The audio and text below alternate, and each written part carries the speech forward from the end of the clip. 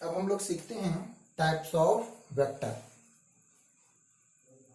जो frequently use होने वाला है मैं उसी को डिस्कस करूंगा। चलिए, first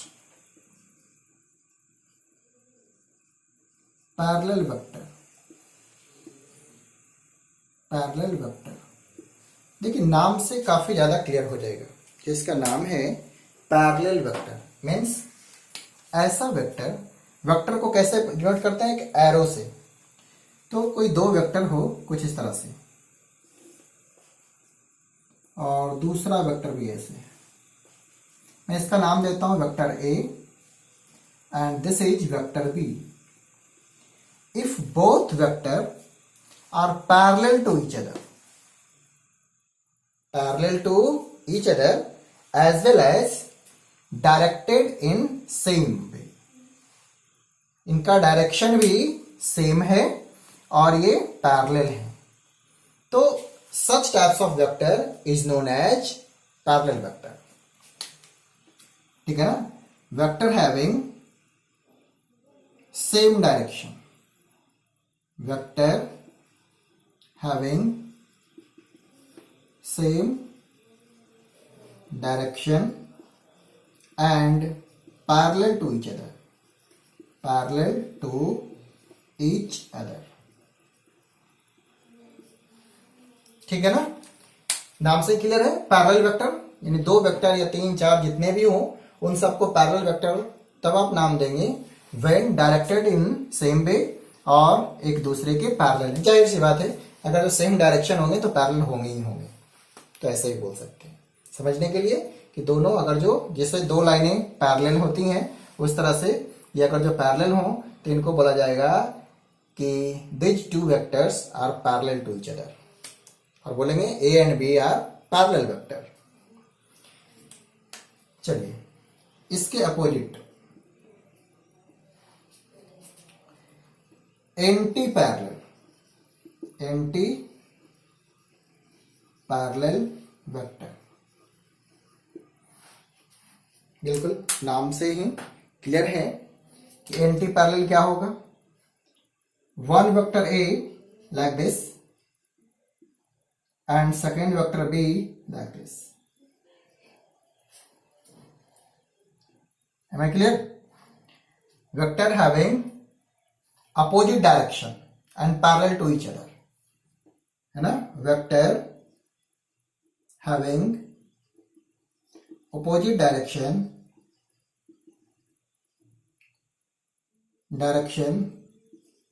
and parallel to each other, parallel to each other, तो इसे नाम देंगे एंटी पैरेलल वेक्टर। ठीक है ना? अब और देखिए, मैं रफ कर दूं, ये सब कोई डिफिकल्ट चीज नहीं है, बट हाँ क्वेश्चन में ये वर्ड आते हैं, so you should know like this. Parallel, anti parallel अभी और डिस्कस कर रहे हैं। थर्ड, इसे मैं रब कर रहा हूं।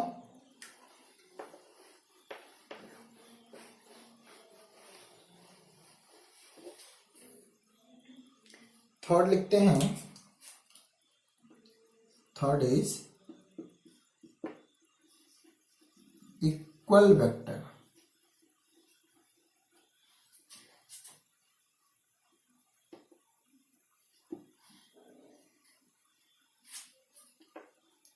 तो इक्वल से यहां क्या मीनिंग है?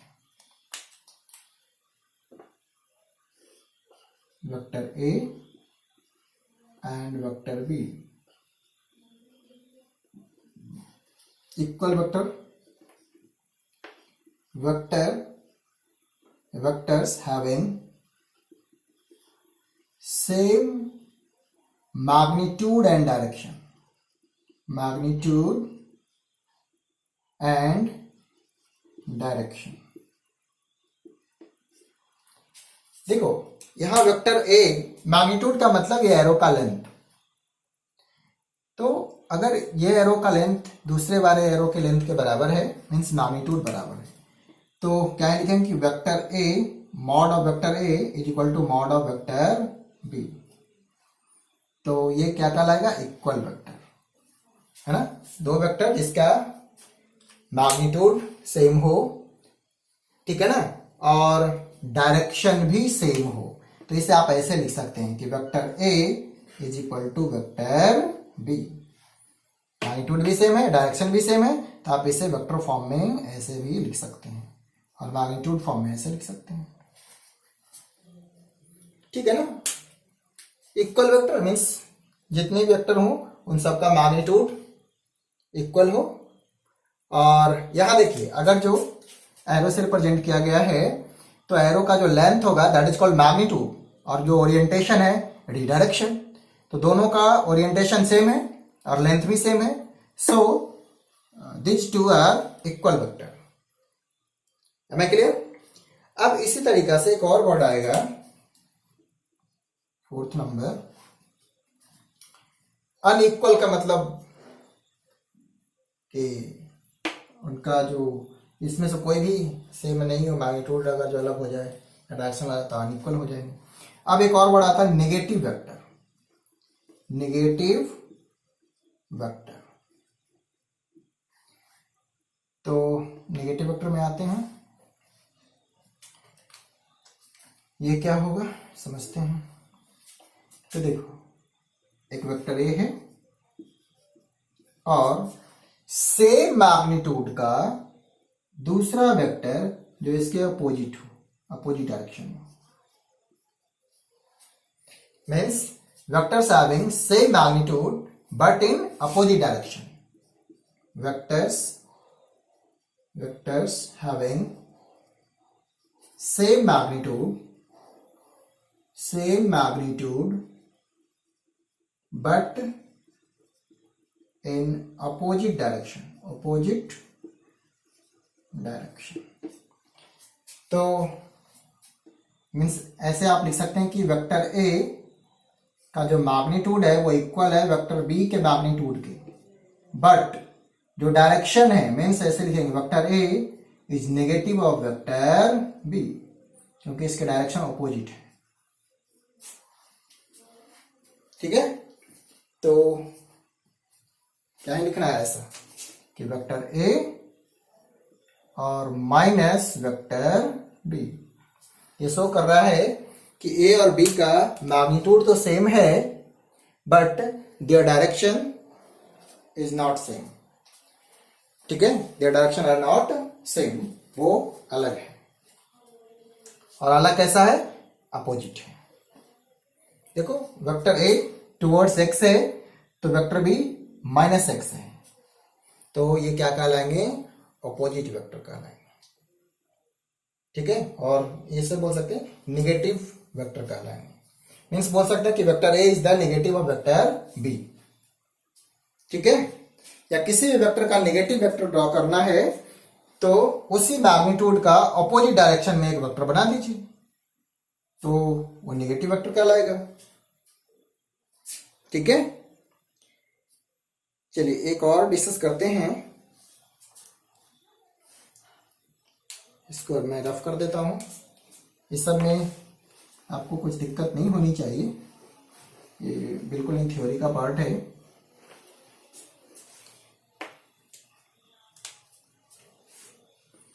एक और डिस्कस करते हैं आपके साथ, 4 पे पहुंच गए ना, ये 5th number.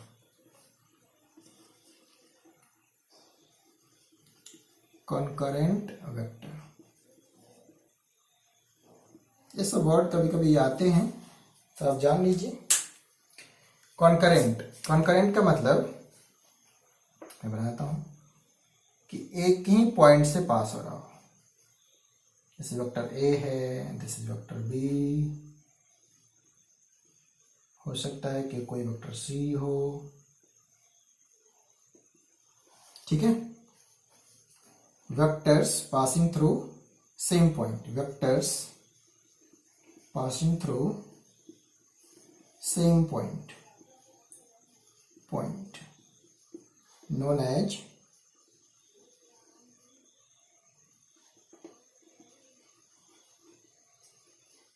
Known as concurrent vector, ठीक है ना, concurrent vector means vector A, vector B and vector C, vector A B and C are concurrent.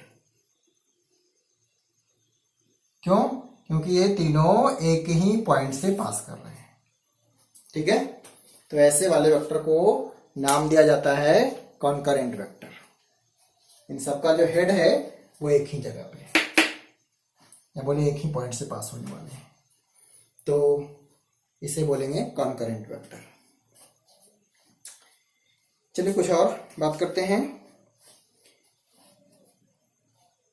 एक और हम लोग डिस्कस कर लेते हैं, काफी ज्यादा टाइम नहीं देंगे इस पे। अब आते हैं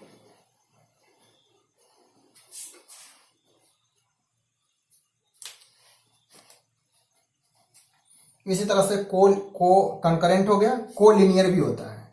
ये फिर था ना, मैं 6 लिख दूं तो ये हो जाएगा को लिनियर।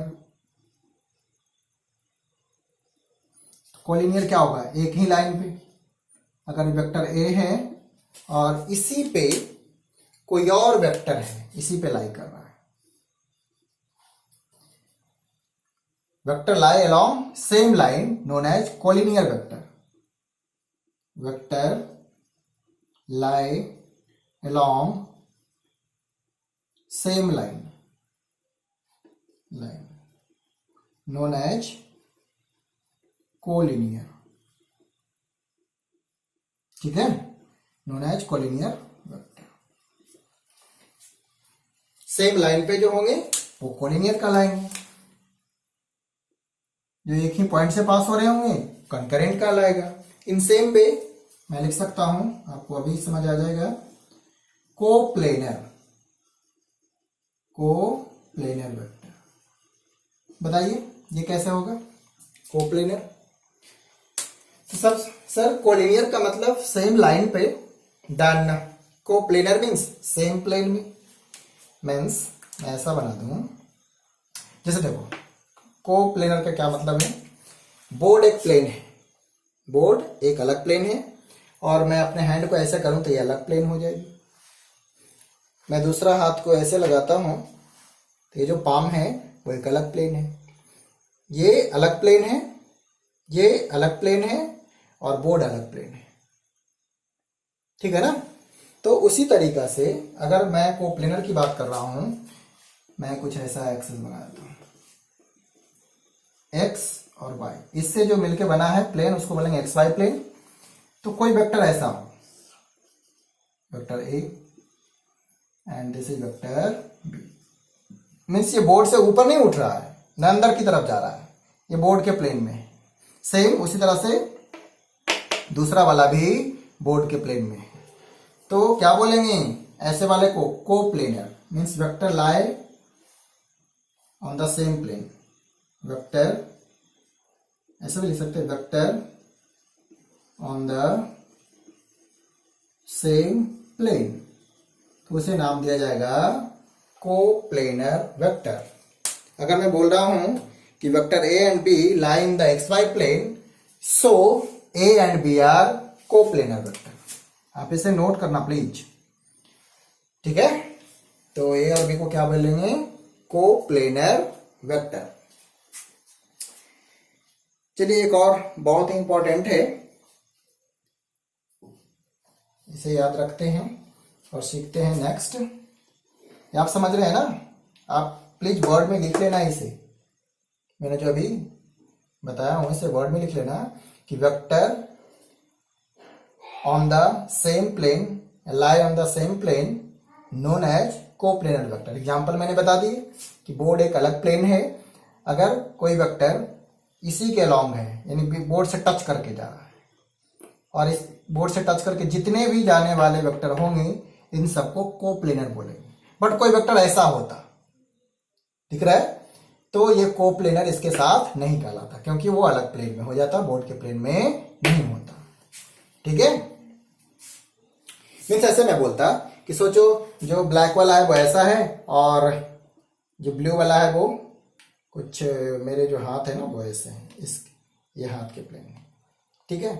तो ये बोर्ड के साथ मैं ऐसा ऐसा बनाया था, ये बोर्ड के टच करके जा रहे हैं और दूसरा ये इस तरह से बाहर की तरफ आ रही है। तो ये बोर्ड के साथ कोप्लेनर नहीं है, ये अलग प्लेन में हो सकता है, ये अलग बात है। बट ये बोर्ड वाले प्लेन में ब्लैक वाला तो है बट ये ब्लू वाला नहीं है।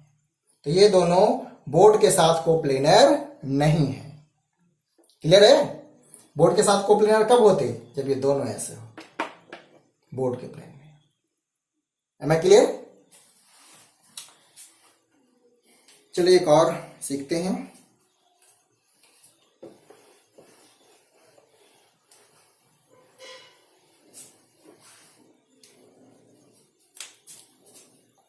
Next is unit vector. Unit vector धीरे धीरे करके मैंने बहुत सारा वेक्टर डिस्कस कर लिया है ना, आप भी याद रखना। यूनिट वेक्टर, यूनिट वेक्टर क्या है नाम से क्लियर है।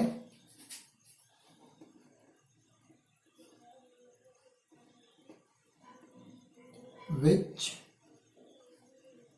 Magnitude is unit and it having direction, ठीक है ना। इसमें सिर्फ क्या होगा? डायरेक्शन होगा, मैग्नीट्यूड क्या होगा? यूनिट होगा।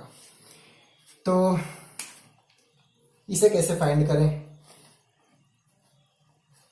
ऐसा वेक्टर जिसका मैग्नीट्यूड क्या हो? यूनिट हो और 1 हो मैग्नीट्यूड और सिर्फ उसके साथ क्या हो? डायरेक्शन हो। जैसे मैं लिखता हूं आई कैप, ये क्या है? Unit vector. Unit vector for x direction, है ना। अगर मैं कहीं लिखता हूं कि 2i कैप, तो ये क्या दिखा रहा है? ये यूनिट वेक्टर है एक्स डायरेक्शन के लिए, तो ये डायरेक्शन दिखाएगा, ये मैग्नीट्यूड दिखाएगा। तो यूनिट वेक्टर का मतलब ऐसा वेक्टर जिसका मैग्नीट्यूड 1 हो। यहां मैं ये कोई वेक्टर लिखता हूं आई कैप, ये वेक्टर है क्या? हाँ है सर, इसमें डायरेक्शन है। क्या है डायरेक्शन? टुवर्ड्स एक्स और मैग्नीट्यूड कितना है? 1। तो इसको बोलेंगे यूनिट वेक्टर। ऐसा वेक्टर जिसका मैग्नीट्यूड 1 हो, जैसे 1 metre per second towards positive x axis, तो ये क्या लगेगा? Unit vector. मीन्स ऐसा लिखता हूं कि v is equal to 1 metre per second और I cap.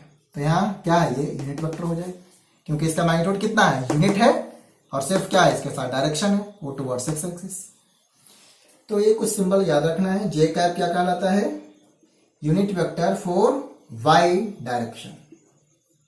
In same way जो के है, अभी तो नहीं बट कभी आएगा, unit vector for Z direction. तो इसे याद रखना, ठीक है। एक और चीज, यूनिट वेक्टर निकालते कैसे हैं वो मैं आपको बता दूंगा, अभी थोड़ा सा वेट कीजिए। अभी बस इतना नाम जानो कि अभी आएगा, एक बार और मैं इसे बताऊंगा, अभी आपको दिक्कत हो जाएगी बताएंगे तो। सो अभी मैं उसको डिस्कस नहीं कर रहा। आप याद रखो यूनिट वेक्टर यानी जिसका मैग्नीट्यूड 1 और सिर्फ उसके साथ डायरेक्शन हो। जैसे मैं बोलता कि 1 मीटर पर सेकेंड से टुवर्ड्स ईस्ट, तो वो यूनिट वेक्टर है क्योंकि उसका मैग्नीट्यूड कितना है? 1 है, सिर्फ उसके साथ क्या है? डायरेक्शन है। तो आई होप कुछ कुछ चीजें आपको क्लियर हुआ होगा कि डिफरेंट टाइप के जो नाम आएंगे वेक्टर में उसे हम कैसे समझ लेंगे, ठीक है। तो आज आपने क्या क्या सीखे? एक तो कि डिफरेंट डिफरेंट वेक्टर के नाम से आप पहचान लेंगे, ठीक है, कि पैरेलल क्या होगा, एंटी पैरेलल क्या होगा, अपोजिट क्या होगा, नेगेटिव क्या होगा, इक्वल क्या होगा, ठीक है, कोप्लेनर, कोलिनियर, फिर यूनिट वेक्टर। और साथ में आपने जस्ट पहले वाले वीडियो में आपने देखे कि किस तरह से आप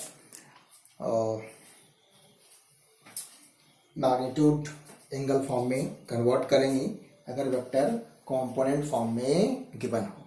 और मैंने उसमें होमवर्क भी दिया था, तो होमवर्क भी आप करके मुझे भेज दीजिएगा। चलिए ठीक है, आज के लिए बस इतना ही। नेक्स्ट डे हम लोग सीखेंगे कि दो वेक्टर को कैसे ऐड किया जाता है। क्लियर है? दो वेक्टर को कैसे ऐड किया जाता है। जैसे मास एक स्केलर क्वांटिटी है, 2 kg और इसमें 3 kg ऐड करेंगे तो 5 ही होगा, बट वेक्टर में ऐसा नहीं होता है। तो बिल्कुल ये नया चीज होगा आपके लिए, तो आप भी थोड़ा प्रिपेयर रहेंगे नेक्स्ट क्लास के लिए। अभी के लिए इतना ही। Okay, thank you.